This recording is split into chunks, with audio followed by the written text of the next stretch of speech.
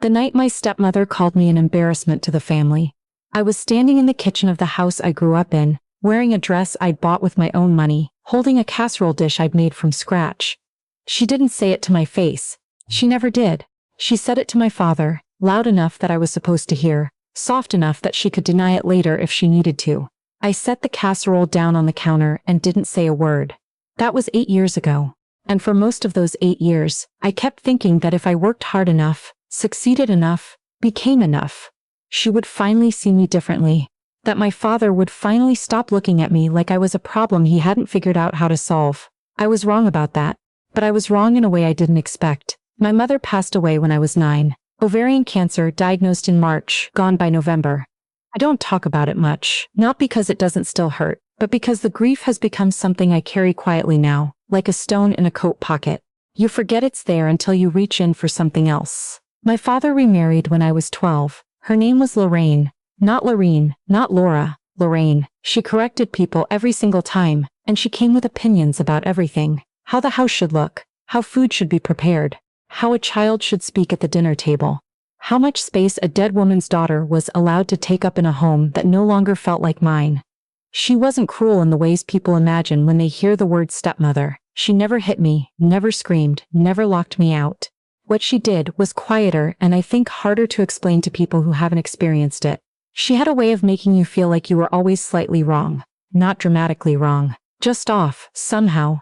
Like a picture hanging an inch too low on the wall, close enough that most people wouldn't notice, but she always did, and she always let you know. My father loved her. That part I never doubted. He'd been so lost after my mother died, grief hollowed and uncertain in a way that scared me, because parents aren't supposed to look like they might fall apart. When Lorraine came into his life, he filled back up. He laughed again. He made plans on weekends. I was glad for that, genuinely, even as a 12-year-old who didn't have the language for what she was losing. What I didn't understand then was that choosing her for my father meant a kind of slow unchoosing of me, not intentional. I don't think he ever sat down and decided it. But Lorraine had preferences, and my father honored them, and one of her quiet, consistent preferences was for me to be less visible. She had 2 sons from her previous marriage, Darian and Scott. Both older than me, both already out of the house by the time she married my father, both in her telling. Exceptional. Darian was in finance. Scott had played Division I lacrosse. Every Thanksgiving, every Christmas, every Easter brunch, their names were spoken like small prayers. Darian got promoted. Scott and his wife just bought a house in Connecticut. Did you hear what Scott said about the market? I was pre-med at Ohio State. I'm not saying that to make myself sound impressive. I'm saying it because there was a period of about 3 years where I was surviving on 4 hours of sleep, campus dining hall food, and the kind of low-grade anxiety that hums so constantly you stop noticing it. I was doing something genuinely hard. And at family dinners, I sat at the table and listened to the detailed career updates of 2 men I barely knew, and waited for someone to ask how I was doing. They usually didn't. My father would sometimes try. He'd say, "How's school going?" And I'd say, "Good, really good actually." And he'd nod in a way that told me he was already ready to move on to the next topic. He didn't ask follow-up questions. He didn't know what my major was within my major. He didn't know the name of any of my professors or the hospital where I was doing my clinical rotations. Lorraine knew all of that about Darian and Scott. She could tell you which firm Darian worked at, who his supervisor was, what his year-end bonus had been 2 years running. I told myself it didn't matter, that I wasn't doing this for them, that my work stood on its own. That's what you tell yourself when you're 22 and exhausted, and you've already cried in a library bathroom once that week, and you don't have the emotional bandwidth to also be sad about your family. I graduated medical school at 26. My father came to the ceremony. Lorraine did not. She had a conflict, something about a charity luncheon her women's group had organized months in advance. My father explained this to me twice, both times with the particular careful tone people use when they're delivering an excuse they don't fully believe themselves. I told him I understood. He took a picture of me in my white coat in front of the medical school building. We went to dinner after, just the 2 of us, which almost never happened. He seemed proud, or something close to it. He said, "Your mother would have loved to see this." It was the kindest thing he'd said to me in years, and it nearly undid me right there in the restaurant. I did my residency at a hospital in Chicago. Obstetrics and gynecology. Delivering babies, managing high-risk pregnancies, sitting with women in some of the most frightening and most transcendent moments of their lives. I loved it in a way I hadn't loved much in my adult life up to that point, completely, without reservation, in a way that made the exhaustion feel like it meant something.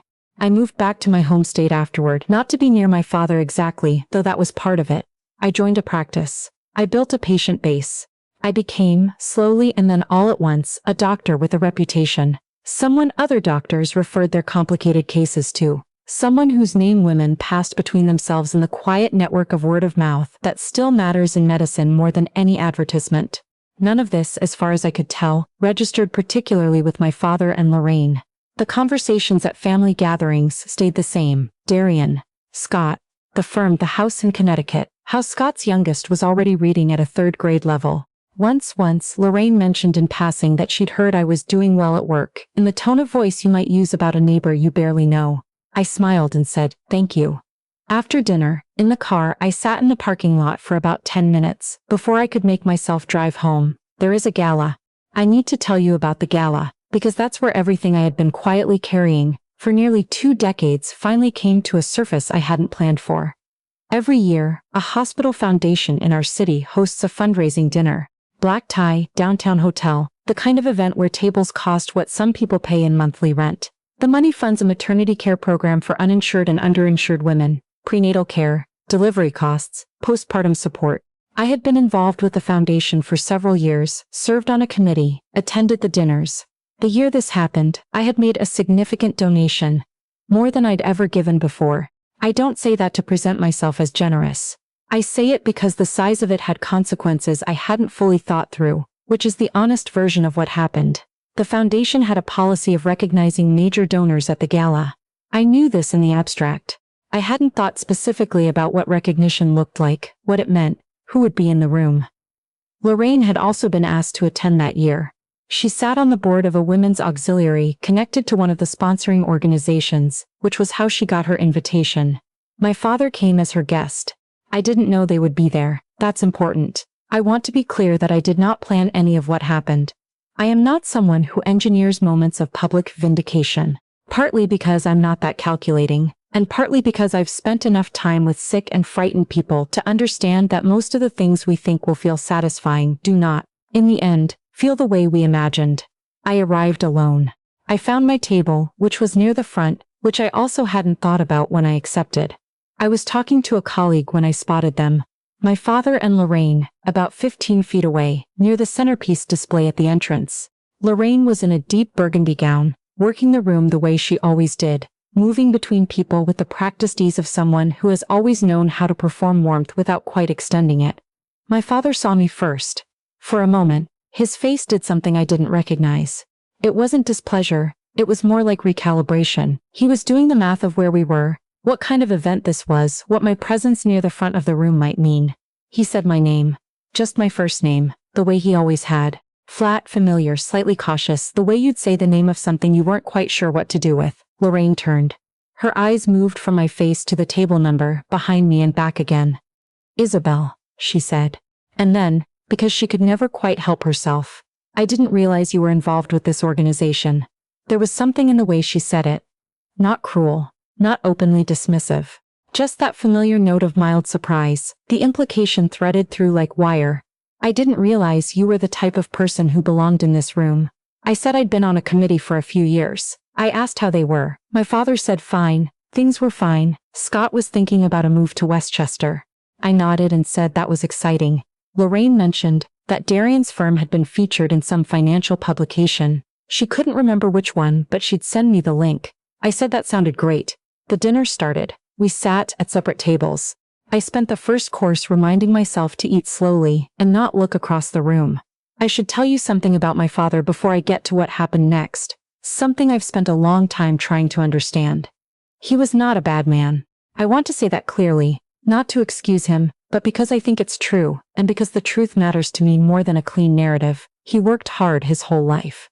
He coached my soccer team when I was 8, before my mother got sick. He taught me to drive in an empty parking lot on a Sunday morning, and was patient in a way he wasn't always patient about other things. There was a version of my father that I knew when I was a small child that I have never stopped missing. What happened to us, what happened to me, in that family, was not the result of cruelty. It was the result of something quieter and harder to name. A man who loved a woman who needed him to reorder his priorities. A man who wanted peace in his home enough to make the cost invisible.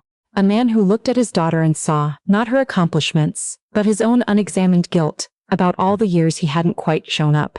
He didn't diminish me because he didn't love me. I think he diminished me because loving me required him to look at things he'd rather not look at. I don't know if that's forgiveness, but it's the closest I've gotten to it.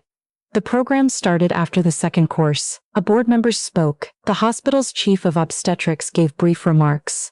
There was a video, NICU footage, mothers holding infants for the first time, the specific kind of footage that makes even the most composed people in a room go quiet. Then they began the donor recognition. Smaller gifts first, acknowledged as a group. Then named levels, bronze, silver, gold. Then the larger categories. I had known, in the abstract, that my name would be called. I had not fully inhabited what that would feel like in a room of several hundred people, with my father and stepmother seated approximately 40 feet away. The foundation's executive director stepped to the podium. She said there was one gift this year that she wanted to recognize separately, because of its size, and because of the specific designation the donor had requested. The gift was earmarked, she explained, for the program's expansion into a county with some of the highest maternal mortality rates in our state. She said the donor's name, and she said it with the particular weight people put on names they want the room to hold for a moment. She said, Dr. Isabel Crane. The room responded the way rooms respond when something lands. It wasn't applause exactly, not yet. It was that half-second of collective breath before the applause, the moment when everyone is absorbing something at the same time. I stood. I don't remember deciding to stand. It was just what my body did. People at my table were saying my name, touching my arm, and I walked to the stage on legs that felt faintly disconnected from the rest of me. I said a few words. Thank you. The work this organization does, the women it serves, the reason I went into this field. I don't remember exactly what I said. I remember the lights were warm, and the microphone was slightly too low, and I adjusted it, and said something that made the room laugh gently, and then I thanked them again and stepped away. Walking back to my table, I did not look at my father. I know that might seem strange. Or cold. But I want to be honest. I was trying to hold myself together. The evening had already required more of me emotionally than I'd planned for, and I knew without looking, that if I saw his face in that moment, whatever I saw there would either break something in me or harden something in me, and I wasn't ready for either. I sat down. I drank some water. The program continued. He found me during the reception. I was standing near the windows at the edge of the room, talking to the woman who ran the foundation's outreach program when I felt someone stop beside me. I finished my sentence before I turned around. My father looked the same as he always did at events like this. Suit pressed, posture careful, the expression he wore in public, that was slightly more assembled than the one he wore at home. But there was something different underneath it, something I had not seen on my father's face in a very long time, maybe since I was a child. He looked uncertain. I didn't know, just that. 4 words. The most unguarded thing he had said to me in years. I waited. In my experience, when people start with I didn't know, there's usually more coming, and sometimes it's worth hearing. I didn't know you were doing all of this, he said. The foundation, the committee. I knew you were a doctor, obviously, but I didn't know. I thought about the years of dinners. The questions that never got asked, the updates about Scott's house and Darian's promotion, the careful way my father had always nodded and moved on. You never asked, I said. Not accusatory, I actually managed to say it the way I meant it, which was simply factual. A thing that was true, he flinched. Not a big movement, but I knew my father's face and I saw it. I know, he said, I know that. There was a long pause. Across the room, I could see Lorraine speaking to someone near the bar, her back to us, and I had the strange and slightly disorienting sense that I was having a conversation with my father that we should have had 15 years ago, in a hotel ballroom, surrounded by strangers in formal wear. Your mother would have been here tonight, he said. If she'd been able to see all of this, she would have been so proud. He'd said something similar the night of my medical school graduation. The second time felt different, less like a deflection, more like a door cracking open. I know, I said. And then, because I'd carried it long enough, she always was. He didn't say anything for a moment. When he looked at me, his eyes were doing something I hadn't seen in a very long time. I'm sorry, Isabel, he said. For the things I should have seen and didn't, for the times I didn't ask. I don't know if you need that from me. Maybe you don't. Maybe you've built everything you have without needing it. But, I'm sorry. I had imagined this conversation before. In the car after Christmas dinners. On the train home from Thanksgiving. I had imagined it so many times, in so many configurations, that I'd stopped believing it would ever actually happen. The thing about when something you've wanted finally arrives is that it doesn't feel the way you practiced it feeling. I didn't cry. I didn't say something cutting, something I'd been saving. I didn't feel triumphant or vindicated or healed all at once in a single clean moment. What I felt was tired, in a way that went deeper than exhaustion. And beneath that, something smaller and quieter, relief. Not because I needed him to say it to know my own worth, but because it's one thing to release someone from the grip they have on your need for their approval, and it's another thing entirely to have them, finally, extend their hand. "Thank you," I said. "That means something." It did. Lorraine found us a few minutes later. She arrived with a glass of wine and the particular social alertness she always carried, reading the room, reading us, assessing what she'd missed. She looked at my father first, then at me. "That was quite a presentation," she said. Her voice was calibrated in the way it always was. I couldn't tell, and maybe I never would be able to tell, whether the thing underneath it was embarrassment or effort or something genuinely new. "Thank you," I said. She said, "I had no idea you were involved at this level." A beat. "Darian mentioned once that you seemed very dedicated to your work. I think I should have listened to that more." It was not an apology. Lorraine, I suspected, was not someone who apologized directly. This was the closest she would come. And I had spent enough time in medicine to know that people give what they can give. And spending your life waiting for more than that is a form of suffering that helps no one. "I appreciate that," I said. I meant it. Not because she'd made up for anything. Not because one moment in a hotel ballroom rearranges years of dinners where someone's name was never spoken with the same warmth as two men I barely knew. But because I was 42 years old and I had learned, slowly, expensively, in the way you only learn things that cost you something, that what I needed most was not their recognition. I had always been the kind of woman who showed up, for my patients, for the work, for myself, even when that was the hardest one. I had built a life that was genuinely mine, not because anyone handed it to me or believed in me loudly enough, but because I kept going when the voices that should have cheered the loudest stayed quiet. That's not a small thing, I know that now. I drove home that night with the windows down, even though it was October and slightly too cold for it. I didn't put on music. I drove through the city and watched the lights and let myself feel everything I hadn't let myself feel in the ballroom. The tightness in my chest that had started when the executive director said my name, the way my father's face had looked when he said I didn't know, the strange and specific ache of finally getting something you stopped believing you'd ever receive.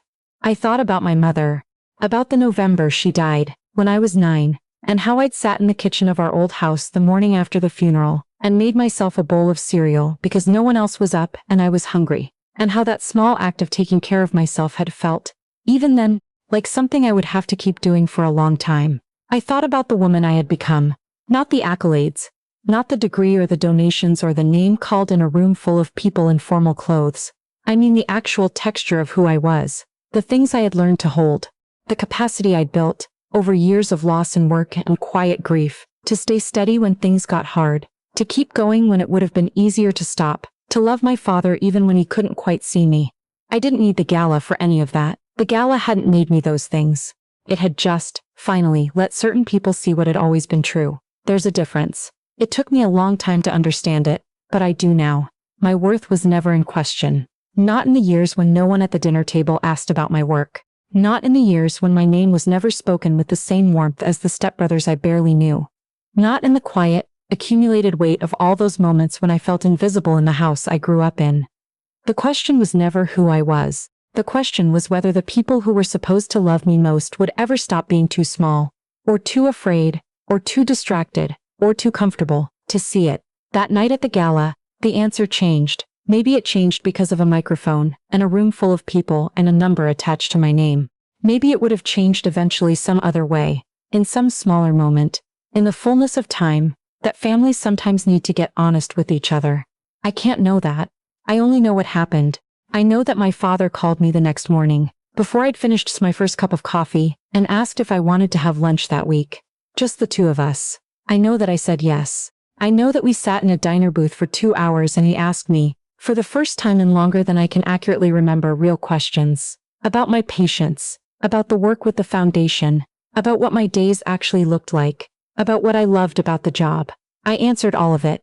Slowly at first because I kept waiting for him to nod and change the subject, then less slowly. Then with the ease of someone who has been waiting a long time to be asked, he listened. That was enough. Not everything, not all the years, not all the dinners, not the accumulated quiet of being overlooked in the place where you most wanted to be seen. But it was a beginning. And at 42, after everything, I'll take a beginning. I sat in that diner and told my father about a patient I'd delivered 2 weeks before, a woman who'd been told by 3 other doctors that her pregnancy was too high risk to continue, who came to me in her second trimester frightened and halfway resigned to the worst. We got her to 38 weeks. I was in that delivery room at 2 in the morning, and when her son was born, healthy, furious, announcing himself to the room, she looked at me with a specific expression I have seen many times and have never found a way to describe adequately. My father listened to all of it. When I finished, he was quiet for a moment. Then he said, "You do that for people." Not a question, a statement. The kind a person makes when something is finally landing, when the distance between what they knew in the abstract and what they understand in their chest finally closes. "Every day," I said. He nodded slowly. His eyes were wet, though he didn't let the tears actually fall. That was always his way. He cleared his throat and looked out the diner window and said, "I should have known that sooner." I reached across the table and put my hand over his. "You know it now," I said. And that all of it, the whole long road of it, was enough to keep going.